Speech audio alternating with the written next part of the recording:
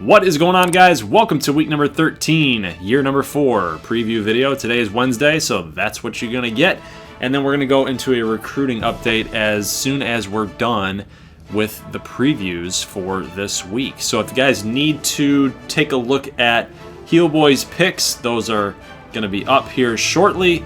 I will let you guys know in a pinned comment when those are ready to go if you need some expert advice on who to take. But I'm going to do my best to give you guys who I think is going to win each matchup. So let's get right into it here. ACU against CAMU, 8-2 ACU, number 6 overall in the nation, taking on CAMU on the road. On the road, a better overall team in ACU. Number 1 offense, number 1 in points per game, number 2 pass offense, and a turnover differential that's in the top 10 in the nation, guys. Taking on this CAMU squad that has lost a lot of games. Let's take a look at their schedule here in the last couple weeks. And they are currently on a 5-game losing streak. And they started off the season with 5 straight wins. So talk about a turn and a twist of events here.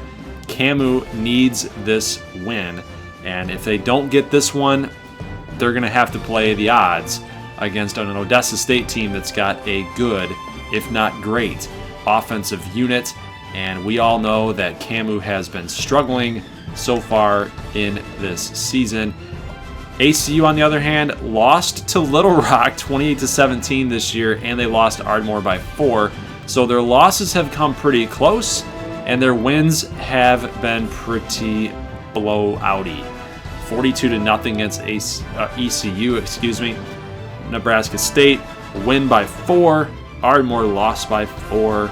Shreveport killed them, and Odessa State took them down to the wire. So this is it's an interesting matchup, but I'm probably just going to go ahead and take ACU in this game. I don't think that CAMU is going to get it done. Even though I want my baby CAMU to get it done, I just don't think they have enough weapons in order to accomplish that goal. They're going to have to wait until week 14 to possibly get that number 6 win in order to find themselves possibly in a bowl game. Odessa State and Shreveport, 5-5 Odessa against 2-8 Broken Arrow, but this is obviously not the same Broken Arrow team that we have come to know throughout the majority of this season. Buster Smith has been getting the start for Broken Arrow, and he's actually performed quite well in those starts. For Odessa State, they've got the number 1 pass offense. They're ranked number 13 with 36.5 points per game. Total offense number 6. Rush defense number 33. That might be only due to teams trying to catch up, so they're throwing the ball a lot more versus trying to stick to the running game. Turnover differential is 0. Broken Arrow is -7. So that is something to watch out for. Is Buster Smith going to be able to stick with this Odessa State offense? I say no. I think Odessa State wins this game, even though Broken Arrow is at home. So take Odessa State. Shreveport against McAllen. I'm taking McAllen in this one, and it's pretty simple why. It's pretty easy to see why. McAllen's just a better overall team. I know that you got the B+ overall rating. It's the same as Shreveport, but it's all based on team identity. And McAllen does things right. They've got ability to run the ball. They've got an ability to throw the ball. Shreveport only has one way to victory, one path, and that's to grind the clock out and hope that your defense has a good day. And with this Leroy Jackson offense, run the football just like Denver Tech used to do. I don't think Shreveport has it within them, guys. I'm taking McAllen. Midland State got a big W last week against Nebraska State. Finally got that W by 7. So it came down to the wire. Nebraska State gave them everything they could handle and have, but it just wasn't meant to be for the Prairie Dogs. Number 19, Midland State, taking on number 4, Denver Tech. So Denver Tech still, yet again, in that top 5 ranking. They're 9-1 with their only loss coming against Ardmore. Number 2 in points per game. Number 7 rush defense. Their turnover differential is number 2 in all the nation.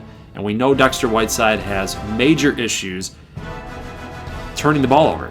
He didn't do that a whole lot against Nebraska State. But again, it's Denver Tech we're talking about, right? They always seem to find ways to score points defensively or contribute well on special teams, take Denver Tech. If you're feeling frisky, go with Midland State, but I just don't see a path to victory for Midland State. They're too young in the secondary. Their defense is kind of spotty without that secondary help. And we all know what Dexter Whiteside has been able to do in his career, and that is not a lot. So I'm going to go with Denver Tech here, and especially because they have 7 prospects, 2 of which are in the top 5 with Fortlow and Hill. This one's an interesting game. Amarillo, number 11, against number 13, Nebraska State. Amarillo is apparently a better overall team in both defense and offense, which nets them a overall ranking better in the overall rating versus Nebraska State at a B-. This is going to be a tough game for Nebraska State. I think Rhett Bollinger, Quan Alexander, Ezekiel Henry, Keon Sykes, you name it, Orion Bradshaw, you name it on offense. Amarillo's got it. They've got it going on, even though that they did they lose last week? I am trying to remember here real quick. Let's see. Yes, they did. They lost to Denver Tech 42-28. That's always a tough matchup, but they held their own by scoring 28 points. So it's going to be tough for Nebraska State to hold these guys out of the end zone. The key question, the key cog in this is, how is Ben Shinosky going to play? Are his receivers going to contribute? Are they going to get open against this tough man-to-man defense in the secondary back there for Amarillo? I'm inclined to take Amarillo here just because of like the things I've mentioned, the offense, and I know the defensive line is pretty good. The secondary is decent enough to handle Shinosky. That's the key cog in all this. Is Shinosky going to have the receivers get open for him? Is he going to be able to make plays? Is he going to be able to extend plays? Is the defensive line going to get to him and get to him quickly?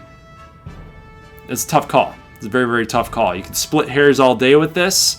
-4 for Nebraska State in the turnover differential, but I know Nebraska State always seems to find a way to have these gutty victories and these gritty type of games where they just figure it out and they end up pulling it out.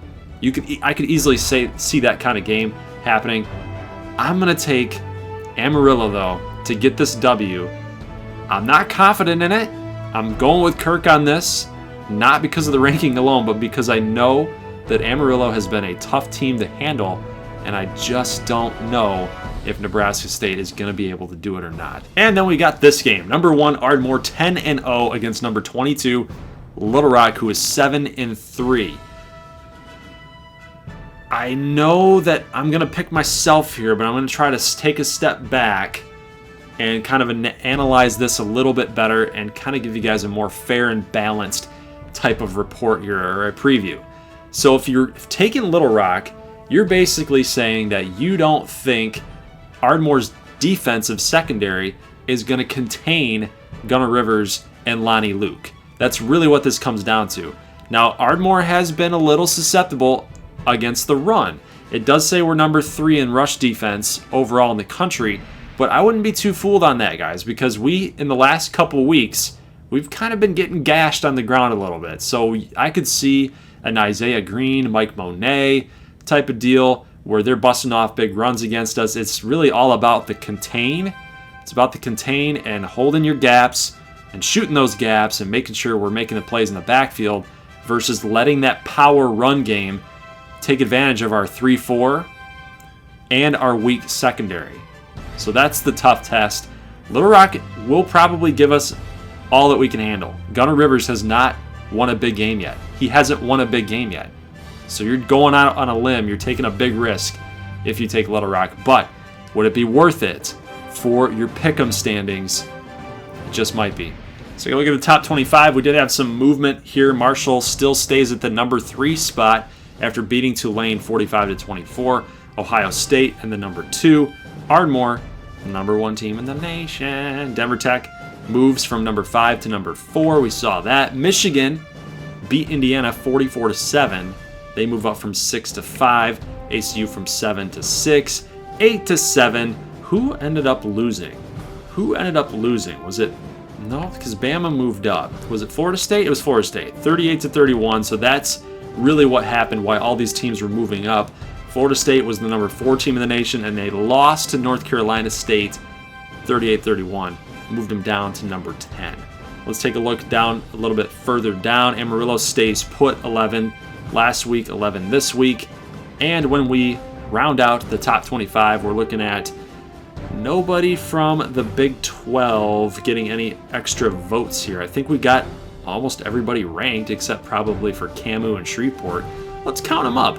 Little Rock, 1, 2, 3, 4, 5, 6, 7, 8. We have 8 teams in our 12-team Builder Dynasty in the top 25.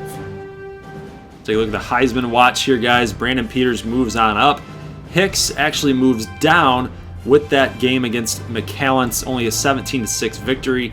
It was a nitty-gritty victory in the snow, but only throwing for 258 yards and 2 touchdowns, 13 carries for 42 yards. It wasn't good enough to impress the voters, so he's going to move down a little bit, and Brandon Peters moves up. Only missed 6 pass attempts right there, 17 of 23, 297, almost hit that 300-yard mark, and 5 total touchdowns.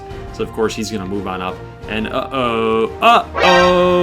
we made a boo-boo. Dwayne Haskins needs to be removed from this game. He needs to be gone. That's fine. That's fine. Who's counting, guys? Who's counting? Matthew Falcon still doing his thing here at the number 5. And I say Dwayne Haskins needs to be removed is because he was in the draft class for last season when we imported our guys into Madden, or we ended up making that draft class. So Dwayne Haskins was in there. So he needs to be bye-bye. But he's not. He's contributing to Ohio State's little run here as the number 2 team in the nation. Big time oof. Let's take a look at the players of the week. Did we have anybody all NCAA? We did not. We did not. Let's look at the Big 12. Lonnie Luke, 11 catches for 191 and 3 touchdowns. And then Luke OReilly, interception, tackle for loss, 3 tackles, total 5 assists. So it was all Little Rock against the Shreve. This isn't something that we've checked out in the last couple uploads. Actually, I don't think we've ever looked at it, but take a look at the toughest places to play. ACU Stadium, they're 23-1 at home. This might actually help you guys when you're making your picks. I think I want to start adding these into the Wednesday preview videos. We might need to cut short on some other things in order to make that happen, so it's not so long of a video. But just look at these numbers here at home. ACU is 23-1 at home. Ardmore's 21-4. It'd be interesting to see who the 4 losses have come against. Might be against like the top tier opponents, Denver Tech, ACU, that type of team. They've won 19 games in a row at home. Ardmore, on the other hand, has won 9 in a row. Denver Tech winning 5. They're 22-1. And then we got the Prairie Dogs, who are 21-2. They've won 17 games in a row at home. So with if the Nebraska State Prairie Dogs are at home, you got to take them. So looking at recruiting here, guys, we have Little Rock, Odessa, and Midland State to check out for this week's upload. And then next week we'll be taking a look at Amarillo, Broken Arrow, and Shreveport, and then starting the rotation back over with ACU, Nebraska State, and Ardmore. So let's get right into it. Little Rock absolutely killing it so far this season in recruiting. They have a ton of prospects coming to visit against Ardmore at home. Rashad Moore, Kelvin Parker, Patrick Peters, Brent Johnson. Who are these people? Rashad Anderson, right there, halfback. Got 55 points left on him. All right, so let's take a look and see what's going on here with Little Rock's recruiting board. We got Darnell Savage down 1,000 points to the likes of Ardmore and Amarillo. So what happened to Darnell Savage? He was one of our custom recruits. Well, it was because Amarillo had their visit. Odessa has their visit in the next 2 weeks. Not this week, but week 14. And that really helped out Amarillo here. I'm trying to get Darnell Savage because we need an offensive playmaker. We're losing a lot of wide receivers, but maybe he's looking at Little Rock like, dude, you guys got Armani Roussel coming in. You've got Keneal Mason. Like, you don't need me as the number 1 wide receiver. You don't need me. I want somewhere where I'm going to be fed the freaking football. So let's actually sort this by overall ranking, and then we'll get more of an update here and more of an idea. Josh Mitchell, the punter, signs. LeQuinton Evans signed, and I know Mo Baba is kind of upset over this because he really wanted a guy from Colorado, a quarterback from Colorado, to go to Denver Tech. It just didn't happen. Didn't happen. Little Rock made the huge push. They signed Kyle Hill, the number 3 center. So what's funny is Buddy Monroe is basically saying to Gunnar Rivers, sorry, bro, didn't give you all the protection that you could have possibly needed here while you have been here, but we're going to give LeQuinton Evans all the protection that he needs to succeed. We're going to address this offensive line big time for him. Thomas Marquardt, already, I mean, he's looking at Amarillo, but, you know, we've still got, I think we still might have a visit here for Little Rock. He doesn't have a visit. So again, Marquardt doesn't have a visit for Little Rock. That might actually come back to bite them in the butt, but we're still going after him pretty hard here just in case somehow we can catch Amarillo. Hayden Reed, defensive player, 77 overall signs. Jack Mitchell, 74 halfback. There's Keneal Mason. Andy Keller, 73 linebacker. Like, they are hitting this thing hard. Rashad Anderson in the lead by 2,600 points. Elliott, 72. Donald Williams, 72. In the lead for Zach Hayes. I mean, this is crazy. It's crazy. They are killing it on the recruiting trail. What do you guys think is going to happen to Ardmore here in the next 3 seasons? I think that there's going to be some good things happening in Little Rock. Did I just say Ardmore? I did. I just said Ardmore. What do you think is going to happen to Ardmore? Scratch that. What do you think is going to happen to Little Rock here in the next 3 years? Or did I just say Little Rock? Gotta love editing and going live when you're talking.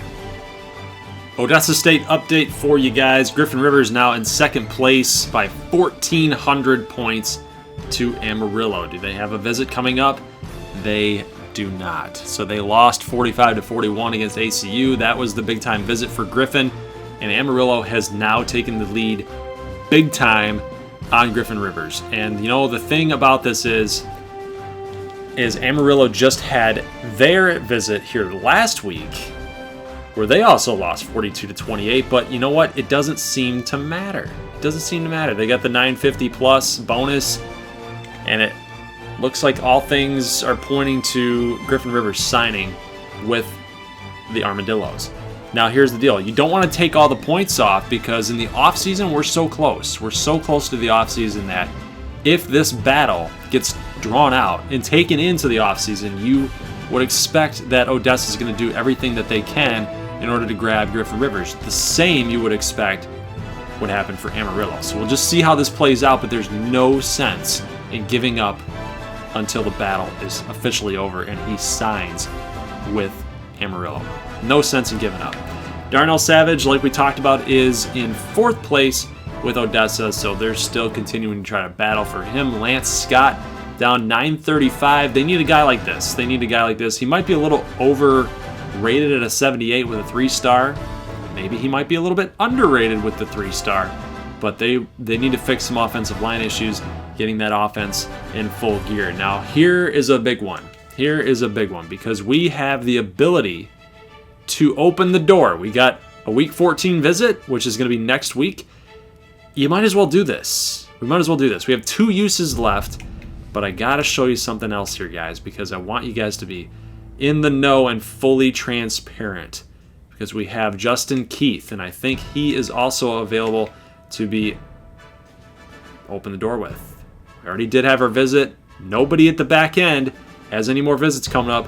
He's visiting Camu this week. This would be a strategic play in order to give themselves a chance to get Justin Keith. So that is yet again another option to grab a player who's locked us out. Matt Dean down 5,800 points. It doesn't seem like we're even going to come close to this guy. It almost seems like a lost cause.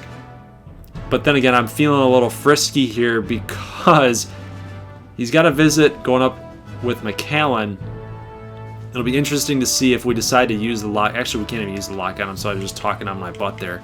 So there's no point even considering Matt Dean any longer, so he's off the board. Nick Lee, probably the same deal. We're probably not going to be even in the running. That's the facts. We're going to take him off the board as well. Takeo Kumamoto Where are you at? 1,700 points. Dang it. Dang it. Does have a visit coming up, so if we can keep battling with Nebraska, we might give ourselves a chance here. Aaron Whitaker in the lead by 3,400. Jafari Okoye, we are in a 780 battle against Amarillo. You would think that we're going to put more points on Jafari, but there's other positions of need for Odessa State. I think we're trying to rebuild that offense, maybe kind of hit defense just a little bit, because they still have some pretty good players. Some pretty good players on defense. Some young guys. Remember the recruiting class they had a couple years ago with those really young defensive players just starting to come into their own a little bit. So we're kind of just picking defense a little bit here and there. It's Trey Buckley. He's considering Texas A&M, Notre Dame, Arkansas, and Pittsburgh. Meanwhile, you have Joe Ross considering a wide array of schools from Missouri, UCLA, Pittsburgh. Oklahoma is really the only school on there that's like, whoa, you know, we really watch it, and a really good football program. Obviously, all these other schools are good too, but they're no Oklahoma, right? But meanwhile, you've got a guy like Trey Buckley who's, you know, looking at 2 SEC teams in Notre Dame, and Pittsburgh has put out decent quarterbacks in their time. Not Nathan Peterman. I always got to shout out Nathan Peterman. Then we got some other guys down here that we're not even targeting right now, just because we really want to hit this home. We really want to hit the top of our list hard. They did get Guy Edwards and Sam Dowdell. So we did open the door for Thomas Marquardt, and I think what we're going to have to do is we're going to have to pull some points off of somebody, and that's probably going to be Mike Wyatt. Let's put 5 right on him because we're in the lead big time, and just get something up there. Give ourselves a shot. That's a total of 830 points with the bonus. We should be right there with Amarillo. Looking at the recruiting board for Midland State, Griffin Rivers has already had his visit with Midland State. Again, I think it's just between Odessa and Amarillo. There's just no way that we're going to catch him here, and we can't even get back into the running. So it's time to give up on Griffin Rivers. Midland State is no longer targeting Mr. Griffin Rivers. Darnell Savage in third. He's still within striking distance for Midland State. And then Claude Gray in the number 1 spot, number 1 athlete. Gabe Hill has a visit with Denver Tech this week. This is going to be a huge pull for Midland State if they can somehow stop the running game for Denver Tech. This is the funny thing about this game and college football in general. If you've got a competing prospect, if you guys are competing for one prospect and he's visiting the other school, you're going to try to do everything you can to make that other school look bad while still trying to win the game in order to try to sway that opinion of that recruit. So that's exactly what Midland State's going to do. They're up by exactly 500 points on Denver Tech. It's a big battle. It's a big battle for Midland State here. They did get Cedric Taylor, John Fuqua in second place as an athlete. Guy Edwards going to Odessa, so we got to pull that off. And then Joey Moore going to Amarillo, another defensive end in the high ranks.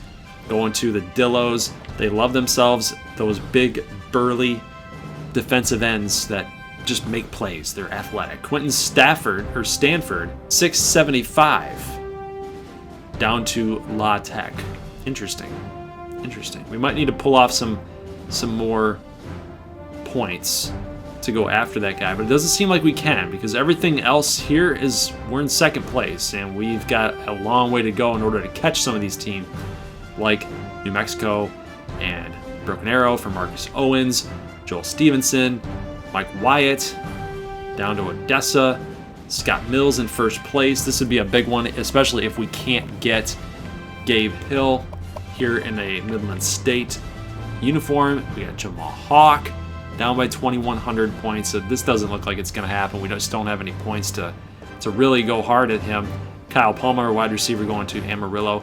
And then some other 66 overall players down here.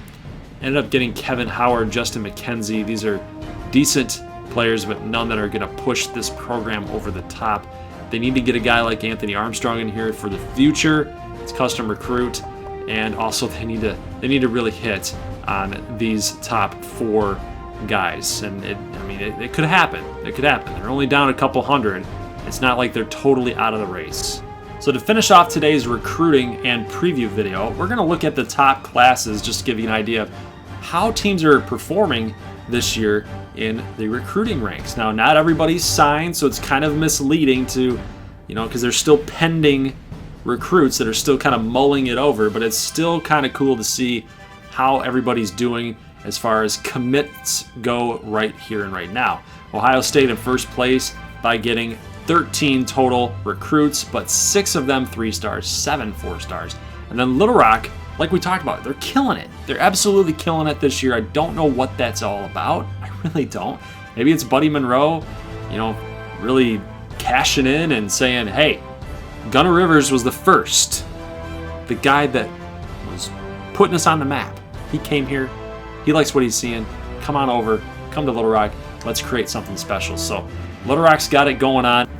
Ardmore, 5 4-star players, 7 3-star players. So we're targeting that depth. We love to get guys that we can kind of mold into the Ardmore style of football that we like to play. You know what I mean? So we like these project players in the 3-star. Like, you're good enough to play at the level of college football and NCAA in a big-time conference, but we want to mold you into the way that we think you should be, the player that you should be. We're kind of like a little bit of Patriot style, I guess you'd say. Just to give you an example, I guess. But we see that other teams, we're not even really in the top 20 outside of 2 of our teams here. Amarillo, 7 3-stars, 2 4-stars with a total of 11. And then, do we have anybody else in the top 50? Top 50? No. Wow. So the recruiting classes outside of those 3 teams in our Big 12 team builder, we've got a lot of guys that are still kind of pending their decision. This could either turn out to be a decent class, as it usually does, or it could turn out to be really bad. We need to start getting guys committed to these football programs. Odessa State only has 2 signings right now. Midland State, 4 signings right now. Not good. Shreveport, 3. Nebraska State, 2. Camu, 2. And, McAllen, ACU, and Denver Tech, no signings. None. 1. So that is going to be it for today's Week 13 preview video here for you guys. Leave a like if you like this thing, and of course, if you're new to the channel and you're just finally coming around and checking this content out, please consider subscribing, because I guarantee you will have a lot of fun with this Big 12 Team Builder Dynasty. And if you're new and you haven't checked out any of the other content that we have here on the channel, please do so. Got a lot of sports gaming going on, and eventually I will be dipping into other things in the fall, but we'll have to talk about that in a couple months. I'll see you guys on Saturday for Week 13 action. The games that we're going to show, I have not decided quite yet. For sure, you guys are going to get the Amarillo and Nebraska State game, Ardmore at Little Rock game, and after that, we might show ACU Camu. I think that's the one we're going to show, because we haven't seen ACU in quite a while. That's kind of the one I'm leaning towards. But let me know in the comment section, guys, who you would want to see. And, of course, what game you're most excited about seeing the result of. Do you have an upset in mind? Do you think somebody's going to upset somebody else in this Week 13? A lot of things happen late in the college football season in real life. Could it happen this week? Find out on Saturday at 11 a.m. We'll see you guys then. As always, peace.